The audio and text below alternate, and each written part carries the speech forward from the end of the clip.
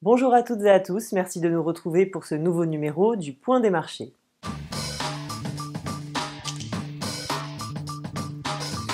Nous nous intéressons aujourd'hui au marché du sucre. Bonjour François, la campagne betteravière a commencé il y a quelques semaines. Comment se présente-t-elle en France et dans le reste de l'Europe ? Eh bien, bonjour Adèle. Oui, la campagne betteravière qui a démarré donc il y a environ un mois et demi se présente correctement, bien mieux que l'an dernier, bien sûr, puisqu'on se souvient que l'an dernier, l'épidémie de jaunisse et la canicule de l'été avaient considérablement affecté les rendements et la production en France, mais aussi dans une partie de l'Europe, de l'Ouest. Cette année, les choses ont été mieux, même si en début de cycle, on a eu un épisode de gel qui a obligé à des ressemis, notamment au sud de Paris, qui ont bien sûr raccourci le cycle végétatif des betteraves. Pour autant, le rendement moyen attendu pour cette campagne, d'après les dernières estimations, notamment de la CGB, on se dirige vers un rendement potentiel autour de 87 tonnes hectares à 16 degrés de sucre, ce qui est dans la moyenne donc quinquennale. Voilà, donc je dirais que le handicap de cette saison, en dehors du début de cycle dont on parlait avec les problèmes de gel, ça a été un été qui a été peu ensoleillé, donc qui pénalise la teneur en sucre des betteraves dans de nombreux endroits, même si le poids des racines est la plupart du temps satisfaisant. Dans le reste de l'Europe, les conditions ont été à peu près similaires, ce qui fait que vraisemblablement la production de sucre européenne va rebondir après la mauvaise année dernière. Pourtant, on ne devrait pas retrouver les niveaux de la saison précédente. Alors les cours du sucre au niveau mondial ont récemment atteint de très hauts niveaux. Est-ce que cette tendance à la hausse va se poursuivre ? Alors, les cours du sucre n'ont pas échappé à la forte hausse qui ont touché l'ensemble des matières premières, que ce soit de l'énergie ou des produits agricoles. Donc ont fortement progressé tout au long de l'année. On a atteint récemment des niveaux supérieurs à 20 cents la livre sur le marché de New York pour le sucre roux et des niveaux de 520 $ la tonne sur le sucre blanc sur le marché de Londres, soit à peu près 450 € la tonne. Il y a eu des facteurs bien sûr tout à fait spécifiques sur le marché du sucre, la réduction de la production brésilienne. Au Brésil, il y a un épisode de sécheresse historique qui a largement amputé la taille de la récolte de canne cette année.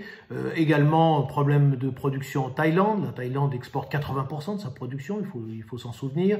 Et puis également, donc, j'en parlais à l'instant, de la mauvaise saison betteravière en Europe. Donc tous ces facteurs ont contribué, bien sûr, à alimenter la hausse des cours du sucre. Et puis, bien sûr, le secteur de l'énergie n'est pas en reste, puisque les cours de l'éthanol ont fortement progressé. Et vous connaissez, bien sûr, la relation entre marché du sucre et marché de l'éthanol. Alors, la tendance, je dirais, pour la prochaine saison, ça dépendra bien évidemment des conditions au Brésil. On sait que le Brésil, c'est la canne à sucre. Donc, une mauvaise année se reporte en général sur 2 voire 3 saisons. Donc, vraisemblablement, la saison brésilienne devrait être encore assez moyenne. Ça dépendra également aussi du contexte des prix de l'énergie.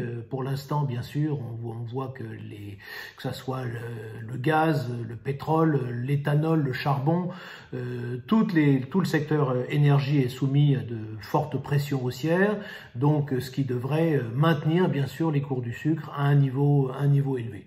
Et puis je dirais que le troisième facteur, ça va être aussi l'état de la demande. On a noté ces derniers mois une demande un peu atone sur le marché mondial, essentiellement parce que les cours du sucre avaient beaucoup progressé, donc les pays importateurs ont eu tendance à puiser dans leurs stocks, et puis également il faut préciser que les coûts du fret sont tellement élevés que ça réfrène bien évidemment les pays importateurs à s'approvisionner sur le marché mondial. Mais ça va avoir ses limites, les stocks ne sont pas inépuisables et à un moment ou à un autre, ces pays-là vont devoir revenir sur le marché, ce qui devrait être un facteur de soutien des prix. Et quelles sont les perspectives pour les prix du sucre européen qui jusqu'ici n'ont pas répercuté l'intégralité de la hausse mondiale ? Alors, sur le marché européen, on a déjà eu l'occasion d'en parler à plusieurs reprises lors de point des marchés.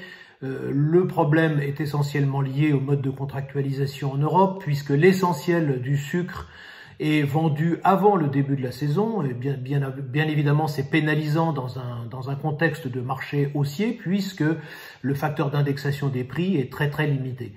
Donc les cours du sucre ont terminé ou vont terminer plus ou moins la saison dernière sur des niveaux de 400 € la tonne en prix moyen en départ usine, ce qui bien sûr est très inférieur aux 450 € la tonne dont je parlais tout à l'heure, exprimé en FOB sur le marché mondial. Alors il faut s'attendre évidemment à un rebond de ces prix européens à partir du moment où on va commencer à rentrer dans la nouvelle saison, c'est-à-dire à partir des prix du mois d'octobre, donc un ajustement progressif puisque les nouveaux contrats vont rentrer vont être mis en place, et donc on peut s'attendre vraisemblablement à des niveaux peut-être autour de 430, 440 € la tonne en départ usine, en prix moyen sur la campagne 2021-2022, ce qui est sensiblement supérieur. Voilà, donc ça offre des perspectives évidemment intéressantes aux planteurs de betteraves par rapport aux mauvaises années qu'on avait eues après la sortie des quotas. Donc on devrait pouvoir progressivement revenir sur des niveaux de prix compris entre 25 € et on va dire 30 € la tonne sur les prix moyens de betteraves qui seront payés par les sucreries, sachant que les sucreries bien évidemment ont à cœur d'éviter encore une nouvelle baisse des surfaces betteravières. Donc on se dirige vers un contexte quand même plus favorable sur l'ensemble de la filière, avec donc une sortie de cette crise, on peut l'espérer, si les prix mondiaux se maintiennent à un bon niveau. Merci François, merci à toutes et à tous de nous avoir suivis. Rendez-vous dans 15 jours pour le prochain point des marchés.